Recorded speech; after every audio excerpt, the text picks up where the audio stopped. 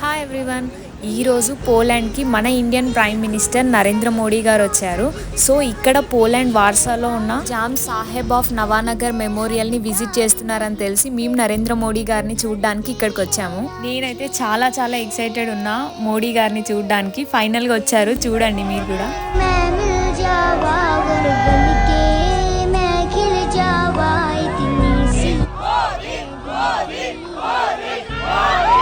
నేను మోదీ గారిని ఇంత దగ్గరగా ఇలా లైవ్గా చూస్తాను అసలు నేను ఎప్పుడు అనుకోలేదు. I feel so happy.